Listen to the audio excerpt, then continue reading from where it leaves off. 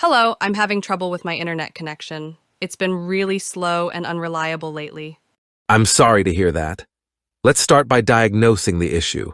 Can you tell me if the problem is occurring on all of your devices or just one? It seems to be happening on all my devices, including my computer, phone, and tablet. Thanks for letting me know.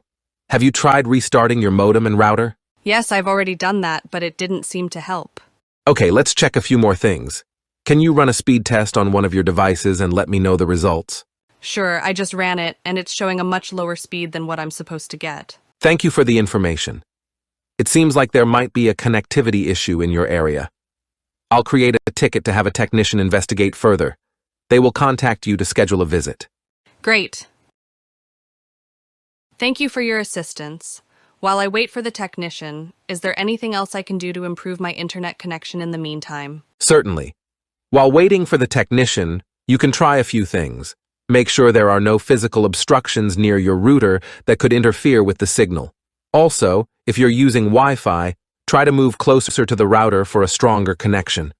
If possible, connect your computer directly to the modem using an Ethernet cable for a more stable connection. I'll give that a try. Anything else I should check? It's a good idea to run a malware scan on your devices to rule out any potential software issues that might be affecting your connection. Additionally, keep an eye on the modem and router lights for any unusual behavior, as that can provide more information for the technician. Okay, I'll follow those steps and wait for the technician to reach out. I appreciate your support. I'll follow these suggestions and keep an eye out for the technician's call. Is there a specific time frame for when they might get in touch? Typically, our technicians aim to contact customers within 24 to 48 hours to schedule a visit. However, this may vary depending on the current workload. They'll do their best to accommodate your schedule. In the meantime, feel free to reach out to our customer support if you have any updates or more information about the issue. All right, I'll be patient and wait for their call. Thanks for your patience and assistance today. You're very welcome. We appreciate your understanding, and we'll work diligently to get your internet back up to speed. If you encounter any more problems or have questions, don't hesitate to get in touch. Have a great day. You too, have a great day. Goodbye for now. Goodbye and take care. Hey, Samantha. I can't believe my birthday is just around the corner. Any thoughts on how we should celebrate? I know, right? Time flies. I was actually thinking about that today. We should definitely do something special.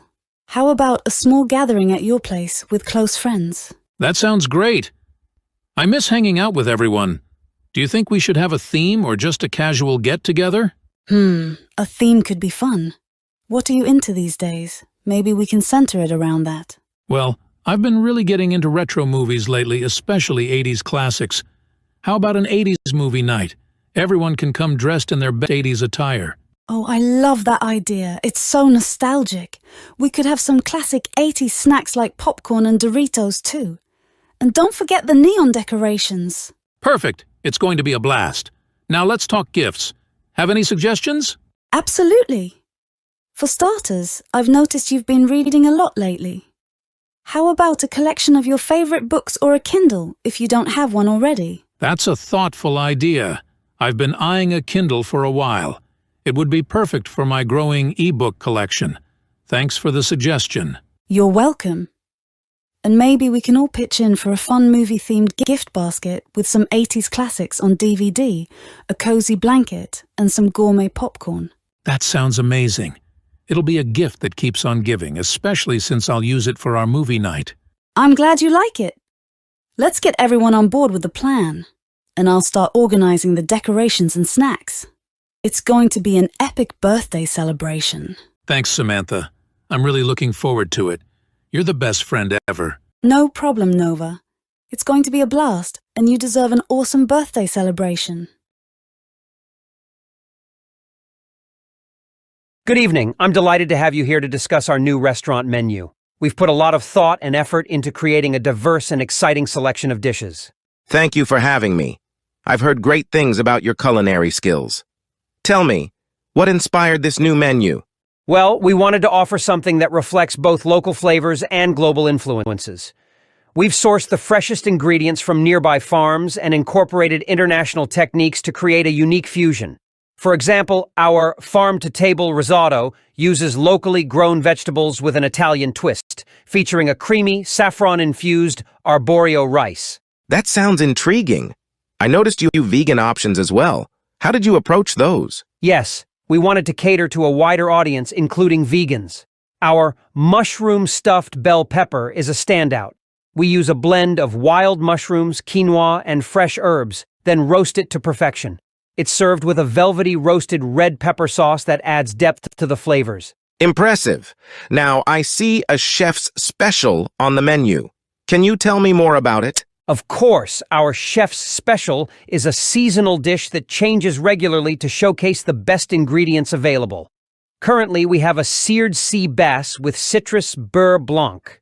The sea bass is seared to a crispy perfection and served with a delicate citrus-infused butter sauce that balances the richness of the fish. That sounds divine. How about desserts? We have a range of delectable desserts, but one that stands out is the chocolate lava cake. It's a classic with a twist, a warm, molten chocolate center served with a scoop of house-made vanilla bean ice cream and a drizzle of raspberry coulis. I must say, Chef, this menu seems well thought out and exciting. I'm eager to taste these dishes for myself and share my impressions with my readers. Thank you for sharing your inspiration and vision. It's been a pleasure, and we look forward to serving you tonight. Enjoy your meal.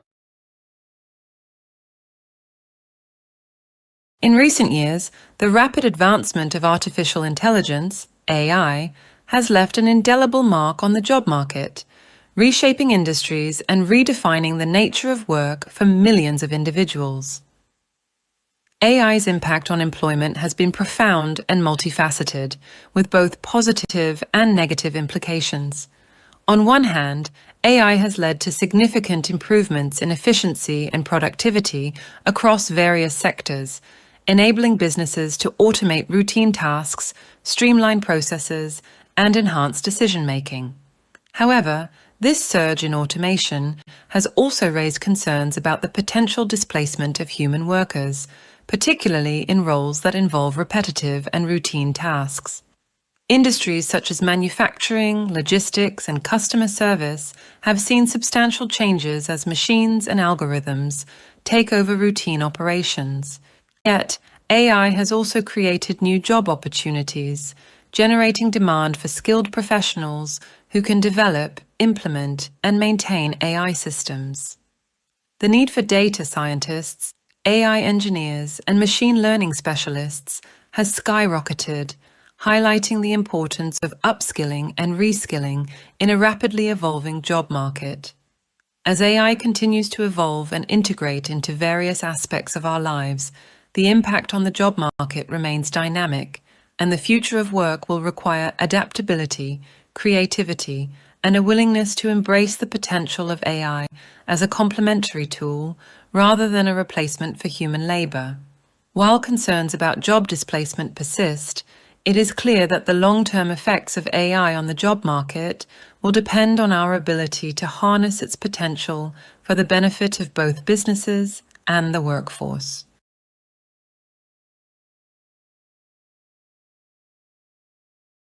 The last two episodes of Glee have actually been upbeat, make you laugh a little bit, but that is going to change tonight. The cast will say farewell to Finn Hudson, the character played by Corey Monteith, who died of a drug overdose last July. Ruben Dominguez is live at Marshall Middle School to address tonight's emotional episode with a man who's made it his mission to get youngsters to say no. Ruben. Yeah, that's right, Jose. The death of Corey Monteith sent shockwaves through the Hollywood community and for the massive fan base of the hit Fox show Glee. When news of the drug overdose spread, a lot of people were just stunned and in disbelief. Today here at Marshall Middle School, a very popular motivational speaker is here. Mr. Gabe Salazar is with us this morning. Gabe's going to talk to these kids today. This is what Gabe does week in and week out across the country. When you go in here in the next hour, when something like this happens, especially in the, a pop star, an actor, somebody as popular as Corey Monteith, is this one of the things that you can use to as an example to these kids? Because they're probably looking at the show and thinking, wow, big time Hollywood star, he's got everything. Yeah, oh, absolutely. This was a show that's a worldwide phenomenon. This guy's a teen heartthrob, and everybody knows who he is, but there was still something that was lacking in his life. And so for kids to be able to say, hey, here was the show, and I see this thing, but we don't want them to romanticize it. We also want them to know that there's a reality behind drugs and alcohol. So when we go into schools and we're talking to kids about drug and alcohol prevention, gang prevention, we also want them to know that there's hope. We don't want kids to romanticize this and copycat these situations, but we do want teens and families to use the show tonight as a teaching moment for their kids. What do you use as a motivational speaker to reach young kids? Because a lot of times parents, they're having hard times with their kids, and they're like, man, I just can't get through to them. How do you do it? Well, number one, with humor, and secondly, with a chancla is what no, I'm just playing. Tell everybody what that is. That's a flip-flop in Spanish. Have you ever, maybe some of our viewers use stilettos, but then that's Child Protective Services. Right. Needless to say, parents are the biggest help in kids, preventing drugs and alcohol use in their life. So we want parents to be engaged. Parents are the first drug test that kids can have. So when parents are involved in their kids' lives and can say, hey, I'm close to you when you come home, I smell you, and I can look at you in the eyes, and are you okay? You have red eyes? Are you acting kind of goofy? Now, most teens act goofy all the time, but you know your own kid, and you know when something's not right. And so we want parents to use their gut feeling. If they feel like something's not right, a lot of parents are using drug tests that they can buy at their own, at the local drugstore for about $20 that can test about 5 to 10 different drugs. But, even we tell kids this, we tell parents this, we tell them, who are your friends? Who are in your friend circle? So all parents should know who are your friends, who you're hanging around, what their names are, what their parents are, what schools they go to, even where they live, because that's very important. Secondly, you got to know what's in your kid's room. Right. Like, hey, I know parents that say, well, I don't go in there. Get in it's there. My kid's privacy. No. Their phones, their technology, their passwords, you should know what's going on in your kids' lives. Right. Because it's the parents that I meet who have lost their kid that say, I wish I would have gotten involved. And lastly, we want parents. And I got to cut you off there real quick, Gabe. Coming up, guys, in the next hour, we're going to go inside the school. Gabe Salazar is taking his message to the student body here at Marshall Middle School.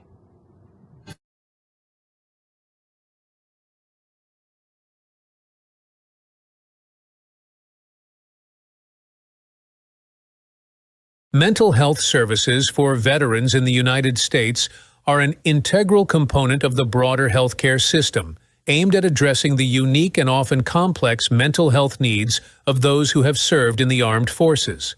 While there have been significant improvements in recent years, challenges persist. The Department of Veterans Affairs, VA, plays a central role in providing these services, offering a range of treatment options such as counseling, therapy, and medication management. However, access to care remains a concern, with long wait times and geographical disparities that hinder timely treatment.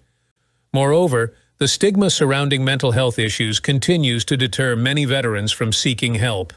To combat these issues, various government initiatives and community-based organizations have stepped up to provide support and raise awareness about mental health concerns specific to veterans. The VA, in particular, has expanded telehealth services to improve accessibility, but there is still a pressing need for more mental health professionals and resources. As the nation recognizes the importance of addressing mental health issues among veterans, continued efforts to reduce barriers to care and enhance the quality and availability of mental health services are crucial to ensure the well-being of those who have served their country.